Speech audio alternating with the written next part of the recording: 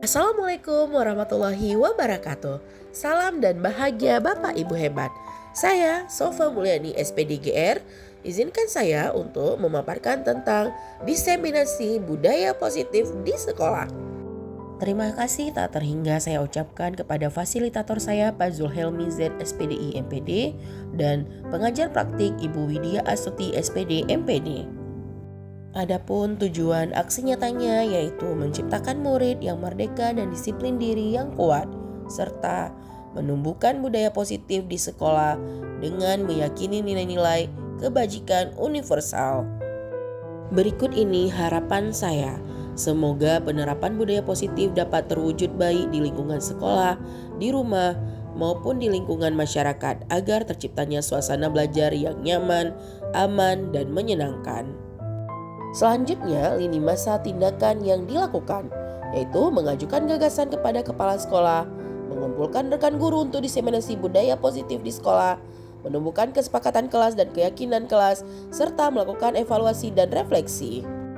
Selanjutnya, ada 8 konsep inti budaya positif yang akan saya paparkan di dalam diseminasi ini. Berikut ini merupakan kegiatan diseminasi di sekolah mengenai pemahaman dan penerapan budaya positif. Selamat menikmati. Assalamualaikum warahmatullahi wabarakatuh. Waalaikumsalam warahmatullahi wabarakatuh. Baik, kebetulan ini ibu-ibu semua ya, bapaknya lagi berhalangan untuk hadir. Nah, di sini perkenalkan saya Sofa Mulyani, yaitu calon guru penggerak angkatan 9. Di sini kita sharing bersama, saling belajar bersama. Di sini saya ingin menyebarkan sebuah pemahaman dan nantinya kita bisa menerapkannya, yaitu tentang budaya positif. Baik. Nah, sebelumnya di sini saya ingin memperkenalkan yaitu fasilitator saya yang bernama Zulhelmi Z SPDI MPD dan pengajar praktik yaitu Ibu Widya Astuti yang kebetulan waktu kemarin PI 2 sudah datang kemari, mungkin sudah kenal ya. Dan saya sendiri Sofa Mulyani. Biar konsentrasinya makin bagus, gimana kalau kita buat ice breaking dulu? Ya, baik. Coba sekarang ikuti saya ya. Kita buat tangannya seperti ini. Ya, semuanya ya. Coba buat tangannya seperti ini. Terus berlingkar sesuai dengan jarum jam. Gimana melingkar sesuai jam? Ini kan? Melingkar jarum jam. Berarti kalau seperti ini kan? Melingkar sesuai arah jarum jam.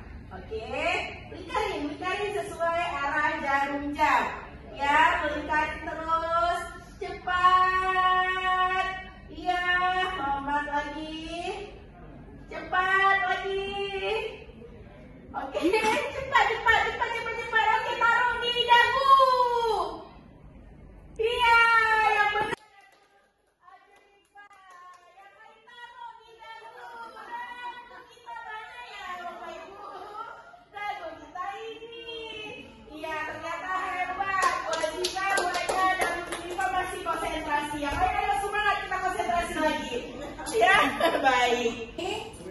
Nah, di sini kita bisa melihat bahwa selama seseorang dapat tekanan dari lingkungan dan kita membuat sebuah pemahaman, yaitu misalnya peserta didik kita.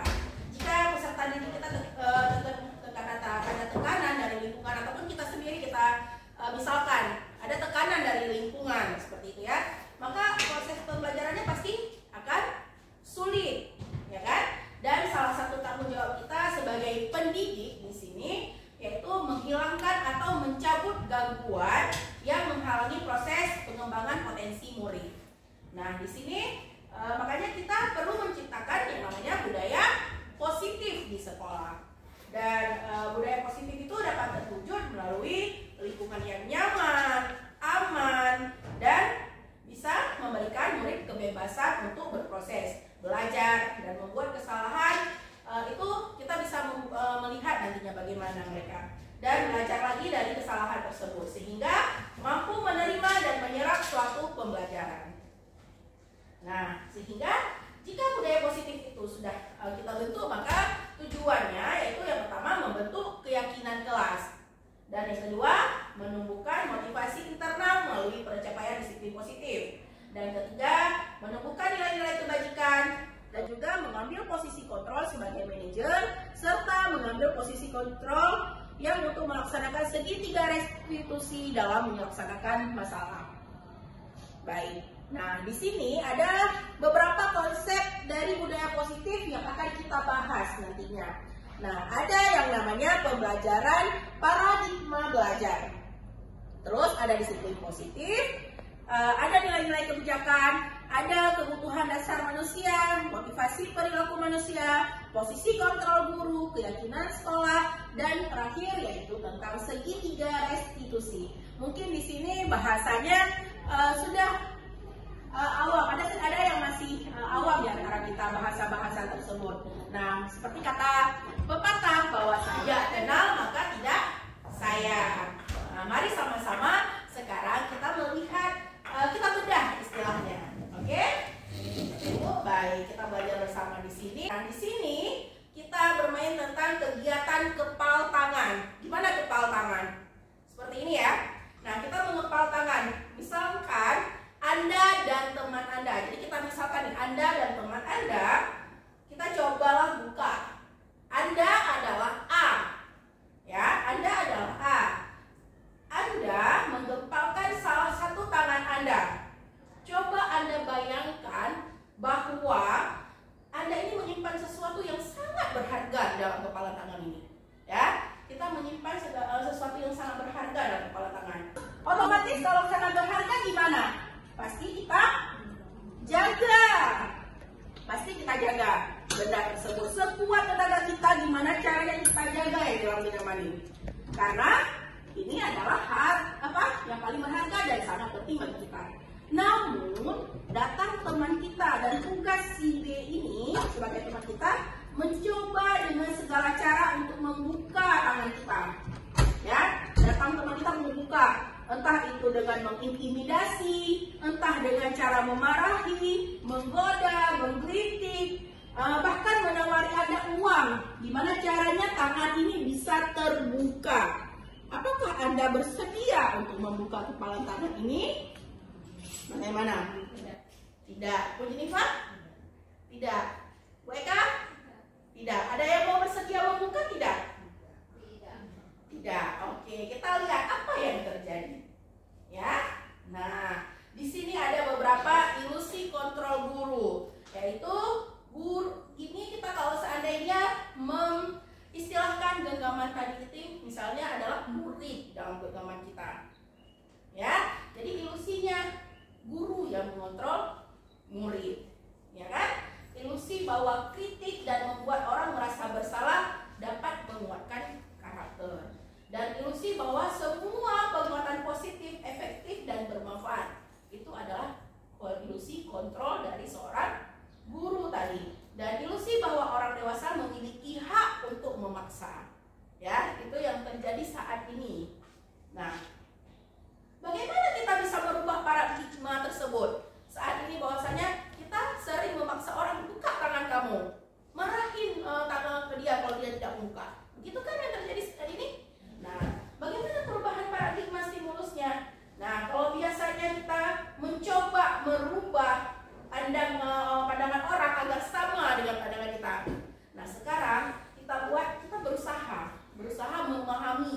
memahami pandangan orang itu ya tentang dunia ini, bahwa dunia ini luas. Nah, tapi tidak dengan cara mengubah orang tersebut, tapi ada model berpikir menang atau kalah. Nah, teori kontrolnya model berpikir itu menang dan menang. Ya, baik. Nah, itu tadi perubahan paradigma belajar. Sekarang kita masuk tentang disiplin positif. Kata-kata disiplin itu sudah sangat familiar di telinga kita ya, Bapak Ibu.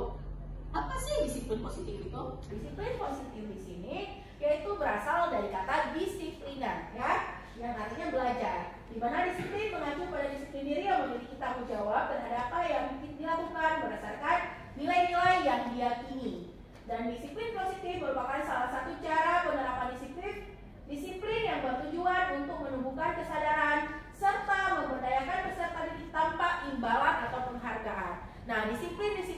menumbuhkan disiplin pada peserta didik itu harus sesuai dengan keyakinan dan tidak adanya penghargaan atau imbalan ataupun reward, ya. Nah, sebagai pendidik, tujuan kita adalah menciptakan peserta didik yang memiliki disiplin diri sehingga mereka berperilaku mengacu kepada nilai-nilai kebajikan universal dan memiliki motivasi intrinsik dalam perubahan perilaku ke arah yang lebih baik. Pasti tujuan kita sebagai pendidik ingin peserta didik kita pasti berubah ke lebih baik. Nah, dengan cara penerapan disiplin positif ini yang gimana caranya mereka bisa timbul dari diri sendiri, bukan dari imbalan, reward ataupun penghargaan. Oke, baik. Nah, kita ingin tahu teori motivasi perilaku manusia. Di sini ada dua, ada motivasi eksternal dan internal. Di mana motivasi eksternal itu eksternal berarti dari luar ya. Kita mengerjakan sesuatu itu karena untuk menghindari ketidaknyamanan atau hukuman. Jadi apa yang akan terjadi ya kalau saya tidak melakukan disiplin ini? Pasti akan dihukum. Nah, untuk menghindari hukuman tersebut ya udah kita kerjakan. Berarti bukan dari diri kita, tapi kita untuk menghindari hukuman. Dan eksternal selanjutnya untuk mendapatkan imbalan dari orang lain. Apa yang akan saya dapatkan ya apabila saya melakukan ini, misalnya seperti itu. Oh, nanti Pak bakal kasih saya jabatan nih kalau saya rajin buat ini buat itu. Nah, itu juga merupakan salah satu motivasi eksternal yang dari luar datangnya di situ. Terus ada motivasi internal, yaitu ini adalah tujuan disiplin positif. Kenapa? Karena untuk menghargai diri sendiri. Jadi kita melakukan disiplin positif itu untuk menghargai diri sendiri. Saya dalam diri sendiri tertanam bahwa saya tidak mau melanggar disiplin. Saya ini punya tanggung jawab saya, ya kan? Dan saya akan menjadi orang seperti apabila saya melakukannya maka saya tidak bertanggung jawab. Seperti itu. Ada kata-kata itu dalam hati kita. Nah, semoga kita semua yang mungkin kemarin ya kita manusia ya, dan saya juga mungkin pernah merasakan bahwasanya menjadi motivasi eksternal karena dari luar, karena takut hukuman ataupun karena mengharap sesuatu. Gimana caranya sekarang setelah kita tahu pembelajaran ini kita bisa menjadi orang yang motivasi perilakunya menjadi internal. Baik. Nah, di sini ada yang namanya keyakinan kelas atau keyakinan sekolah. Ya, nah di sini biasanya keyakinan kita ada membuat peraturan-peraturan di kelas. Ya, peraturannya jangan ribut, jangan lupa piket, misalnya seperti itu kan berupa peraturan-peraturan. Nah, peraturan-peraturan ini bisa kita buat menjadi sebuah keyakinan. Nah, misalnya mengapa kita memiliki peraturan yang harus menggunakan helm bila mengendarai kendaraan roda 2. Ya kan? Pakai helm ya, misalnya seperti itu. Terus mengapa kita melakukan peraturan 3M, menggunakan masker saat waktu corona ya, mencuci tangan, menjaga jarak. Dan mengapa kita memiliki peraturan harus datang tepat waktu pada saat mengikuti pelatihan. Nah, untuk mendukung motivasi intrinsik yang tadi dari diri kita sendiri, kita kembali ke nilai atau keyakinan-keyakinan yang lebih menggerakkan seseorang dibandingkan mengikuti serangkaian peraturan. Jadi adanya keyakinan itu kita yakin terhadap itu, bukan mengikuti peraturan-peraturan, ya. Nah, di sini kita lihat bagaimana perbedaannya. Apabila nilai kebijakan atau keyakinan yang ingin diangkat dari peraturan berikut ini, menggunakan helm saat mengendarai motor, berarti kita yakini bahwa itu untuk keselamatan, bukan karena peraturan, biar jangan ditilang misalnya seperti itu. Terus membuang sampah pada tempatnya, berarti nilai yang harus kita yakini menjaga kebersihan, dilarang menggunakan kata-kata kasar, berarti ia selalu bersikap positif atau saling hormat. Ya, bagaimana Bapak Ibu? Paham? Oke. Ada yang ingin ditanyakan mungkin sampai sini? Belum ya? Baik. Nah, kalau contohnya kesepakatan kelas atau keyakinan kelas yang bisa kita terapkan pada peserta didik kita, ya contoh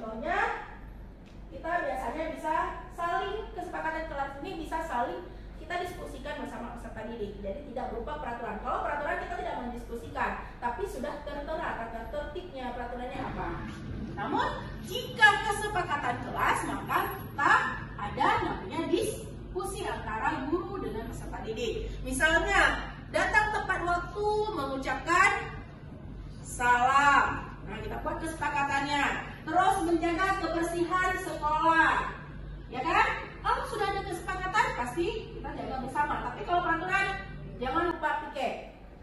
Nah, masing-masing, ya kalau ada piket, kalau enggak. Seperti itu ya biasanya ya. Tapi kalau udah ada kesepakatan, berarti kita saling menjaga kebersihan. Terus, apalagi berdoa sebelum dan sesudah kegiatan.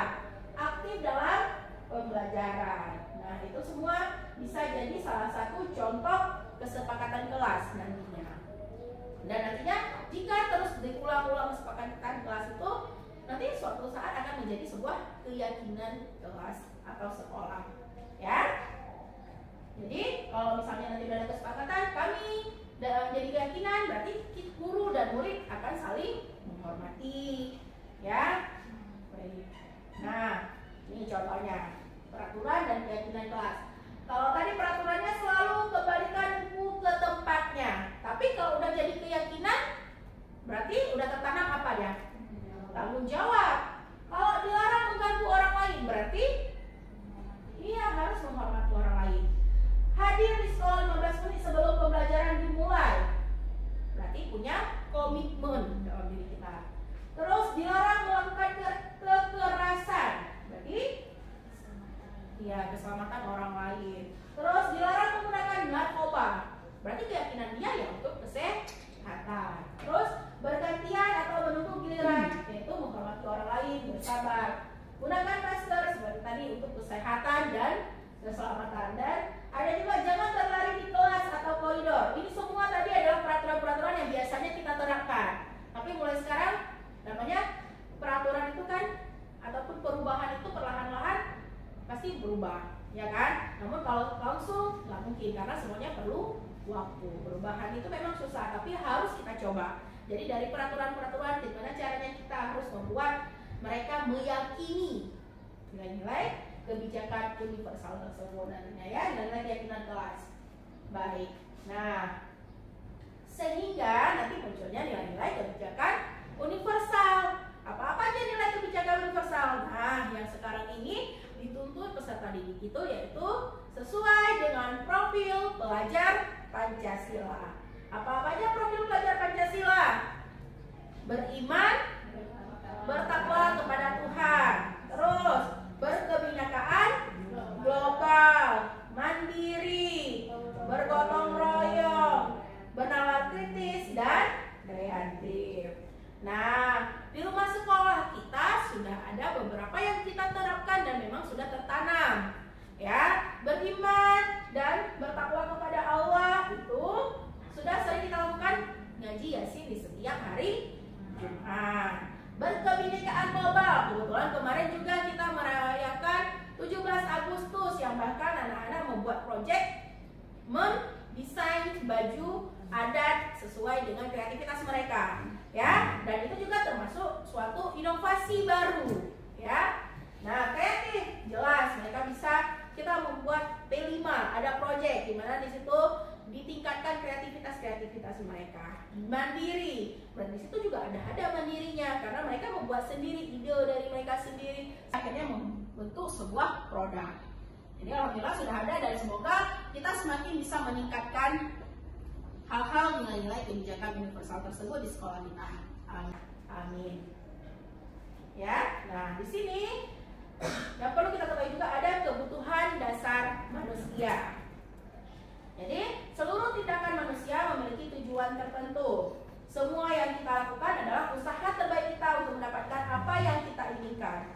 Ketika kita mendapatkan apa yang kita inginkan, semua yang dilakukan memiliki tujuan tertentu, yaitu untuk memenuhi kebutuhan dasar.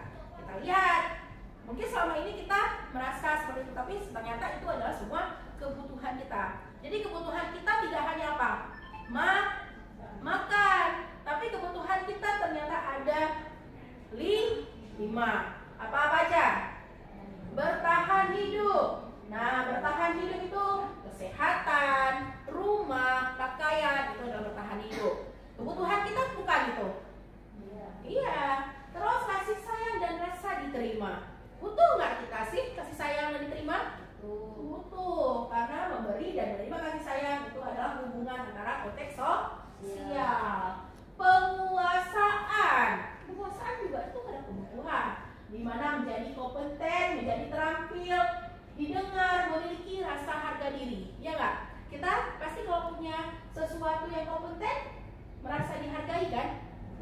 adalah suatu kebutuhan penguasaan.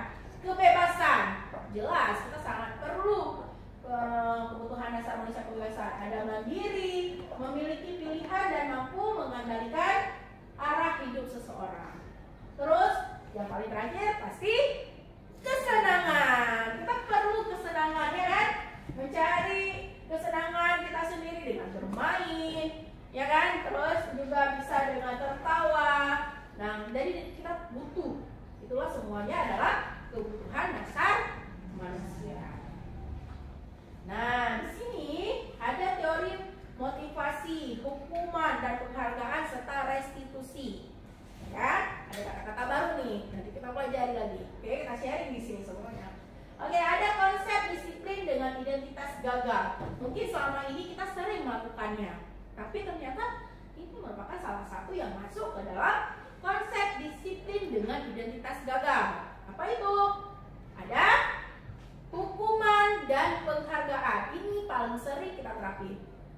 Ya, hukuman. Hukuman itu tidak berhubungan dengan kesalahan yang diperbuat. Kenapa berhubungan dengan kesalahan yang diperbuat? Kenapa? Karena hukuman itu kita langsung jatuhkan tanpa menilai dulu apakah itu benar dia salah, apa tujuan dia, ya kan? Oh, salah nih kamu. Kamu tadi lempar dia, misalnya, ataupun kamu tadi masuk terlambat. Kamu harus kojam. Hukuman kan yang selama ini kita beri. Tanpa mau tahu kesalahannya apa yang tujuannya. Terus bersifat satu arah berupa hukuman. Satu arah dia yang harus menuruti hukuman itu. Kita memberi hukuman kepada dia kan satu arah. Terus berupa hukuman fisik atau psikis. Kenapa fisik? Ya tadi sekejam fisik. Psikis mungkin kita kata-katain dia dasar kamu bodoh, udah bodoh, terlambat. Semuanya itu juga merupakan hukuman psikis. Ya, jadi itu semua adalah identitas gagal, konsep daripada disiplin. Nah, terus ada juga penghargaan. Nah, penghargaan itu juga sering nih melakukan penghargaan. Nah, penghargaan itu ternyata tidak efektif dan jangkanya pendek. Nah, kenapa? Kalau kita kasih penghargaan, anak-anak misalnya datang cepat ya hari ini. Oh, kamu saya kasih penghargaan nih ya, saya kasih duit misalnya 1.000. Misalnya seperti itu, tapi jangkanya pendek. Besok bisa jadi dia berbuat lagi. Kenapa? Kita nggak kasih duit, ya kan? Jangkanya pendek. Terus merusak hubungan, sifat diri dan persaingan antara mereka. Oh, ibu enak kalau dia kasih duit, kita nggak dikasih. Padahal kita kemarin pikir loh tepat, ya kan? Antara pertemanan itu akan hilang rasa pertemanannya. Terus apa lagi? Mematikan kreativitas. Kemarin kita buat cantik-cantik nggak dikasih pun duit, nggak dikasih pun hadiah, ya kan? Saya ubah lagi saya. Kenapa? Ya nggak dikasih penghargaan, istilahnya begitu. Berarti mematikan kreativitas dia, sehingga dia tidak mau berkreatif lagi seperti itu. Kita merasakan ya betapa hebatnya penghargaan yang kita kasih seolah dulunya kita kira penghargaan itu bisa memotivasi mereka, mungkin bisa ini. Ternyata banyak hal-hal identitas gagal atau negatif lainnya, ya. Terus penghargaan juga ada merampas hak menghargai dirinya.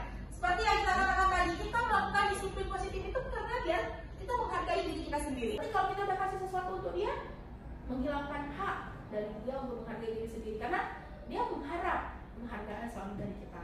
Ya, jadi sekarang ini kita menerapkan hukuman, penghargaan. Ternyata banyak sekali efek sampingnya yang membuat identitas gagal.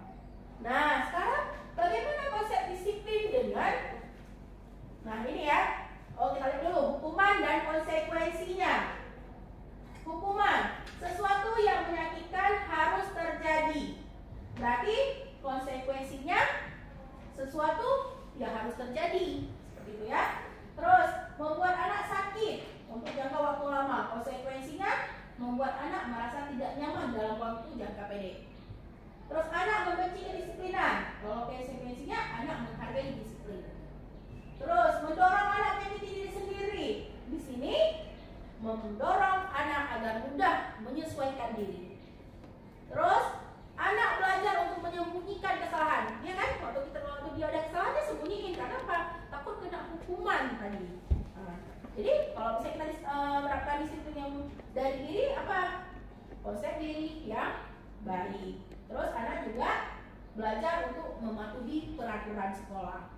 Terus anak belajar untuk marah-marah, ya. Misalnya pada marah ya, marah, merasa bersalah, dipermalukan, merasa tak dihargai, karena di depan teman kita memberi hukuman. Nah, kalau kita menerapkan yang tadi, dia kehilangan hak, dibuat tidak nyaman, diasingkan, dan untuk sementara waktu. Oke, nah selanjutnya yaitu identitas sukses. Kalau tadi identitas gagal, sekarang identitas sukses. Jadi bagaimana caranya? Dengan cara penerapan konsekuensi atau restitusi. Ya, konsekuensi. Ini ada penguatan jangka pendek seperti kita lihat tadi di dalam kotaknya ya. Terus ada monitoringnya, ada stimulus responnya. Murid juga lebih menghormati peraturan dan mereka kehilangan waktu untuk merenungi kesalahannya.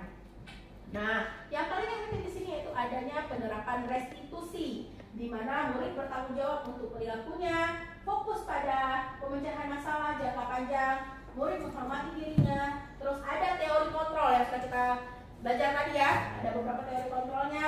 Murid bersemangat untuk memperbaiki kesalahan. Oke, mungkin bahasanya masih sangat awam bagi kita, ya kan? Yang sering ditanya, apa sih restitusi itu? Apa restitusi?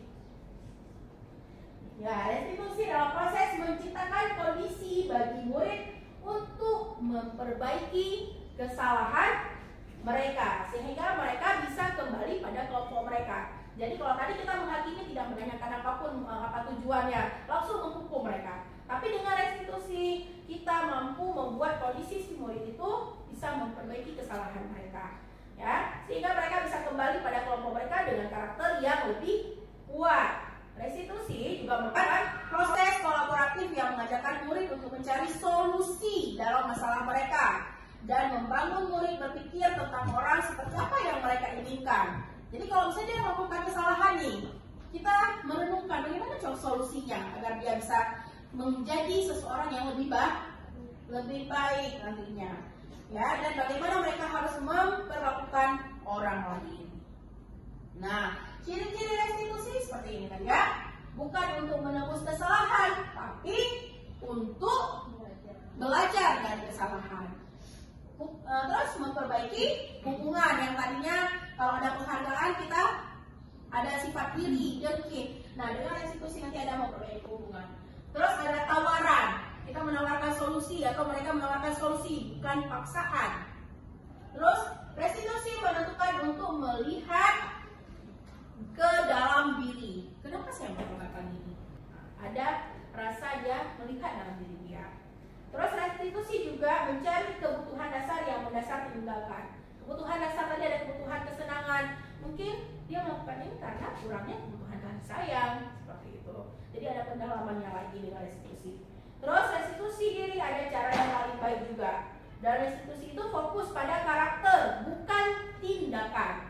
Ya, pada karakternya, bukan tindakannya.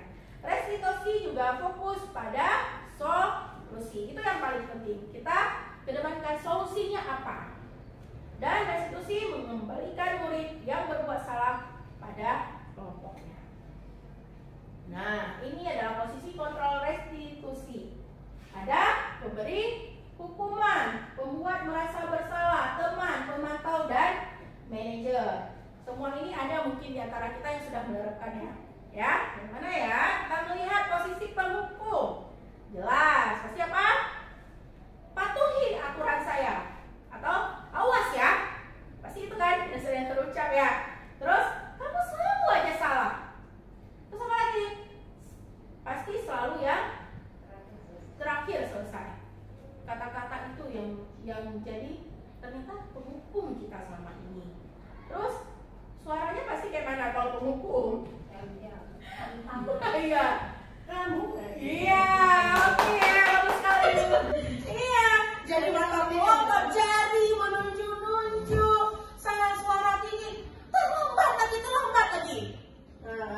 Jadi kita mungkin sekarang dengan belajar ini sama-sama saya juga, sama-sama kita belajar gimana caranya tidak lagi menjadi seperti posisi kontrol, posisi penghukum.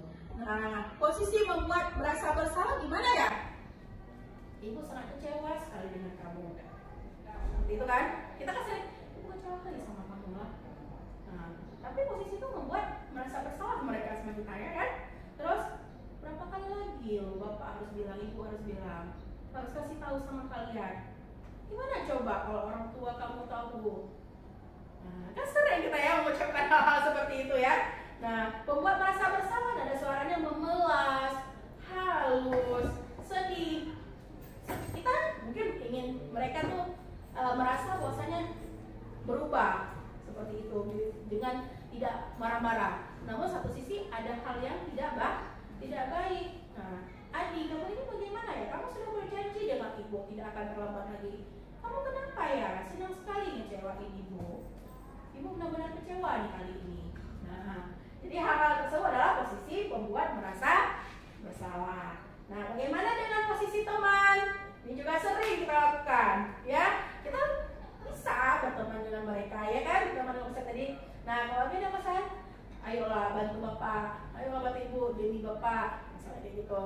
Atau ayo ingat tidak bantuan bapak selama ini. Kan sering nih pergi ke warnet bapak pergi jalan-jalan sama ibu. Ayolah jangan ngelakuin kesalahan. Nah, misalnya kan kita ngomongnya kayak mana sama teman, ya sudah kali ini apa-apa lah, nanti ibu beresin kesalahan kamu. Karena kita dengan posisi teman dengan peserta didik itu pasti ada suaranya yang ramah, akrab, bercanda, ya kan? Ada bahasa tubuhnya, misalnya matanya senyum seperti itu ya. Karena kita memposisikan peserta didik itu seperti teman, ya. Misalnya contohnya lagi, Adi, ayolah, bagaimana sih kamu kemarin? Kamu kan udah janji sama bapak. Kenapa terlambat lagi jadi? Ya kan, udah janji sama bapak. Gak ingat kemarin kita janji apa? Nah, misalnya seperti itu. Ya, itu adalah posisi teman. Nah, posisi pemantau, gimana posisi pemantau? Nah, di sini peraturannya apa? Ya, bahasanya normal, formal. Jadi kayak tegang gitu. Peraturannya apa? Nah, peraturannya apa? Terus apa yang akan kamu lakukan? Berarti sanksi dan konsekuensinya apa? Nah, jadi itu adalah pemantau, ya. Suaranya datar, bahasa tubuhnya formal.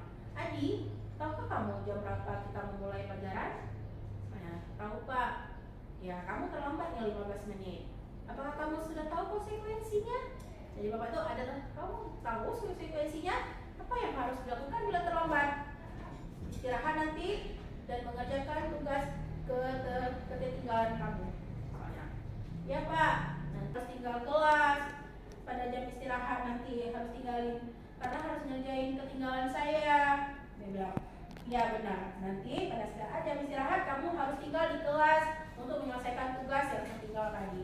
Jadi sebenarnya pemantau ini ada sedikit bagusnya karena dia menanyakan dulu, ya. Namun dia punya sisi yang gak bagusnya, yaitu ada konsekuensinya yang harus dikerjakan. Seperti tadi harus tinggal di dalam kelas biar dia melakukan yang ketinggalannya.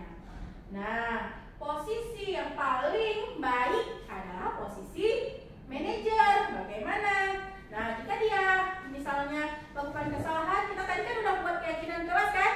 Ya, di sini kita bisa menanyakan apa yang kita yakini. Misalnya dia tadi tidak piket, kita bisa menanyakan apa yang kamu yakini. Ternyata keyakinan kelas kita adalah harus bertanggung jawab. Terus apa yang kamu yakini? Ya, jika kamu meyakini, apakah kamu bersedia memperbaikinya? Nah, ada kata-kata tersebut. Jadi manajer itu suaranya tulus, bahasa tubuhnya tidak kaku, ya, dan mendekat kepada murid. Adi, apakah kamu mengetahui jam berapa sekolah dimulai?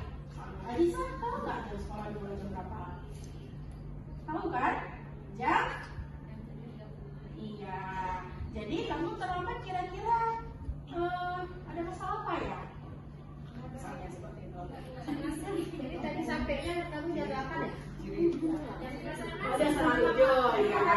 Terus saya bisa menanyakan teman saya Pak untuk mereka bebas saya ketinggalan. Jadi ada solusi dari kita sendiri. Kita nanti akan tanya teman, misalnya seperti itu. Terus baik, itu bisa dilakukan. Apakah besok ada masalah untuk kamu untuk bisa hadir tepat waktu? Ada masalah lagi nggak kira-kira? Nah, jadi kita tanya seperti itu.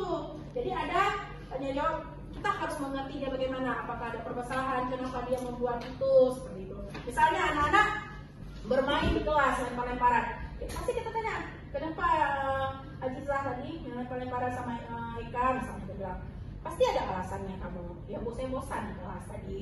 Iya, ibu juga dulu waktu sekolah pernah kok main lempar-lemparan, tapi sebaiknya ada hal lain kan yang bisa kita lakukan agar nggak bosan, seperti itu. Kita menggali solusinya dari anak-anak itu gimana caranya mereka tidak melakukan kesalahan itu dan menemukan sendiri solusinya. Dan keyakinan mereka, keyakinan kelas kita seperti apa? Kalau kita main di kelas berarti tidak menghargai guru, tidak menghargai orang lain. Kelima, posisi kontrol ini, posisi yang paling ideal adalah menunjang motivasi intrinsik murid. Motivasi intrinsik murid tadi apa? Yang muncul dari diri, yaitu posisi kontrol manajer, ya. Pada posisi manajer, guru dapat menerapkan disiplin positif yang berpihak pada murid yang mendekatkan. Nah, jadi segitiga restitusi itulah yang kita melakukannya itu ada sebuah proses dialog yang dijalankan oleh guru atau orang tua agar dapat menghasilkan murid yang mandiri dan bertanggung jawab. Dan segitiga restitusi itu diharapkan murid menjadi lebih kuat secara pribadi, membuka wawasan murid agar dapat menyelesaikan permasalahannya sendiri, murid semakin percaya diri, mandiri, dan merdeka. Jadi kan namanya aja segitiga restitusi, ya. Bentuknya pasti segitiga, ya. Nah, jadi di sini segitiga restitusi ini ada 3 pastinya, ya. Nah, coba ibu bapak lihat yang di tengah-tengah itu ada kita menstabilkan identitas, ya. Di bawah menstabilkan identitas. Setelah itu kita validasi tindakan yang salah. Setelah validasi tindakan yang salah, baru menanyakan keyakinan. Nah, bagaimana menstabilkan identitas? Nah, menstabilkan identitas, contoh kalimatnya misalnya gini ya, seperti yang kata tadi. Iya Azizah, tadi kamu bermain lempar-lemparan bola. Nggak apa-apa berbuat salah itu. Kan kita manusia, nggak mungkin sempurna, ya. Nah, saya ingin mencari solusi dari permasalahan ini. Kenapa Azizah tadi melempar-lempar bola? Menurut Azizah bagaimana solusinya? Nah, itu ya, kita menstabilkan identitas, ya. Jadi menstabilkan identitas itu kita tanya dulu, berbuat salah itu nggak apa-apa loh Azizah, misalnya seperti itu. Terus tindakan validasi yang salah, validasi tindakan yang salah. Kamu pasti punya alasan kenapa tadi Azizah main lempar-lemparan bola, seperti itu. Kenapa melakukan hal tersebut? Bosan, misalnya Azizah menjawab, ya kan? Seperti itu. Jadi kita menanyakan validasi tindakan yang salah. Iya, bisa terlihat kamu merasa bangga terhadap hasil yang kamu dapatkan, tapi ada hal yang jadi menguntungkan untuk orang lain. Misalnya tadi dia mengejek orang lain. Misalnya Azizah dapat nilai bagus, terus dia bilang sama positif, kamu nggak dapat nilai bagus. Kenapa Azizah melakukan itu? Dia ternyata punya kebanggaan untuk diri sendiri, mungkin dia bangga terhadap hasil dia, tapi dia nggak melihat ada sisi lain yang ternyata merugikan orang lain. Sisi mungkin merasa gimana mentalnya, ya kan, direndahkan seperti itu. Ya, jadi itu contoh validasi tindakan yang salah. Ya, bisa jadi dia menyendiri nantinya, ya kan. Terus setelah kita validasi tindakan yang salah, kita tanyain keyakinannya. Apa keyakinan kelas yang kita percayai Azizah? Misalnya, keyakinan apa yang baru kamu tunjukkan? Kan kita tadi udah buat keyakinan kelas. Jadi kita bisa tanyain keyakinan kelas apa ya? Apa tindakan kamu yang mencerminkan tindakan keyakinan kelas? Seperti tadi, bermain bola. Apa keyakinan kelasnya? Berarti yang kamu langgar. Tidak menghormati guru, tidak menghormati teman, ya kan? Ya, jadi itulah tahapan ketiga restitusi. Baik, semoga kita semua di sini bisa menjalankan budaya positif yang ada di sekolah. Nantinya yang membuat sekolah kita semakin berubah ke arah yang lebih baik. Baik Bapak Ibu, sebelum kita akhiri sesi sharing kita, bagaimana kalau kita menyanyikan lagu Profil Pancasila terlebih dahulu? Kita coba dulu ya, biar lebih seru ya. Jadi nanti bisa diajarkan di kelas. Pelajar Pancasila beriman dan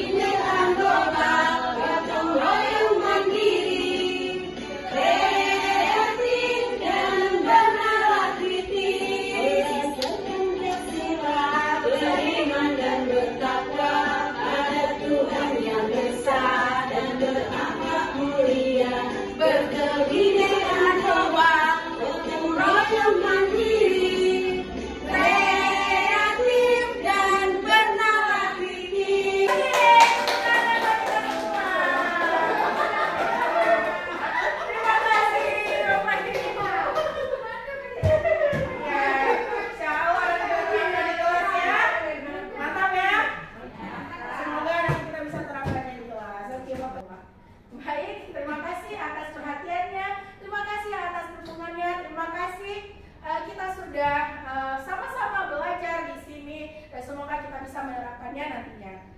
Saya akhiri, wabillahi taufiq wal hidayah. Wassalamualaikum warahmatullahi wabarakatuh. Berikut ini penjelasan tentang keyakinan kelas. Keyakinan kelas yaitu suatu metode untuk menimbulkan kembali disiplin positif yang didasari oleh motivasi dari dalam diri. Serta latar belakang terciptanya keyakinan kelas karena murid harus diingatkan untuk melakukan kebaikan atau kedisiplinan. Berikut ini saya sajikan langkah-langkah untuk membuat keyakinan kelas. Ada 8 langkah untuk menciptakan keyakinan kelas. Berikut ini beberapa dokumentasi ketika kami membuat kesepakatan kelas dan keyakinan kelas. Nah, berikut ini ketika terjadinya diskusi antara guru dan murid untuk menerapkan kesepakatan kelas. Mereka diajak untuk menulis apa-apa saja pendapat mereka untuk sebuah kesepakatan kelas dan keyakinan kelas.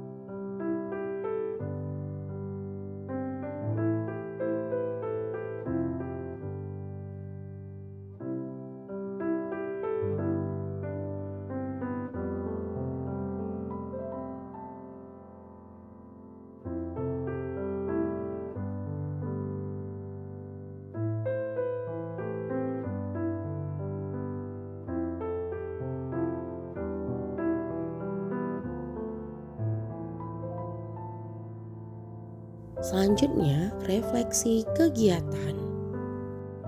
Refleksi yang pertama yaitu pelaksanaan diseminasi atau penyebaran pemahaman kepada rekan guru yang telah dilaksanakan di SMA Negeri 1 Gelompang 3. Dan refleksi kedua yaitu tentang perasaan saya. Perasaan saya setelah melaksanakan kegiatan diseminasi ini menjadi lebih bersemangat untuk dapat menerapkan budaya positif di lingkungan sekolah. Dan berikut ini merupakan rencana perbaikan untuk implementasi ke depannya.